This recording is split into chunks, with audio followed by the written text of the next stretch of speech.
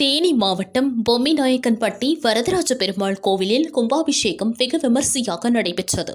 கடந்த 6ஆம் தேதி காலை விநாயகர் வழிபாடு, புனித தீர்த்தக்குடம் அழைப்பு, விக்னேஸ்வர பூஜையுடன் யாகசாலை பூஜைகள் தொடங்கின. 4ஆம் கால யாகசாலை பூஜைகள் முடிந்து கடம் புறப்பாடானது. சிவாச்சாரியார்கள் வேத மந்திரங்கள் முழங்க கோபுர கலசங்களுக்கு புனித நீர் ஊற்றப்பட்டது. வானத்தில் கருடன் வட்டமிட்டதால் பக்தர்கள் பக்தி பரவசத்துடன் கோவிந்தா கோவிந்தா கோஷமிட்டனர். பக்தர்களுக்கு புனித நீர் தெளிக்கப்பட்டது. அறநிலையத்துறை சார்பில் அன்னதானம் வழங்கப்பட்டது.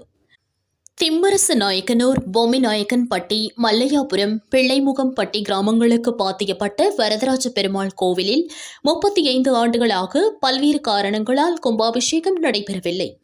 கடந்த மாதம் கோவிலை அறநிலையத்துறை கையகப்படுத்திய பின் கும்பாபிஷேகம் நடைபெற்றது.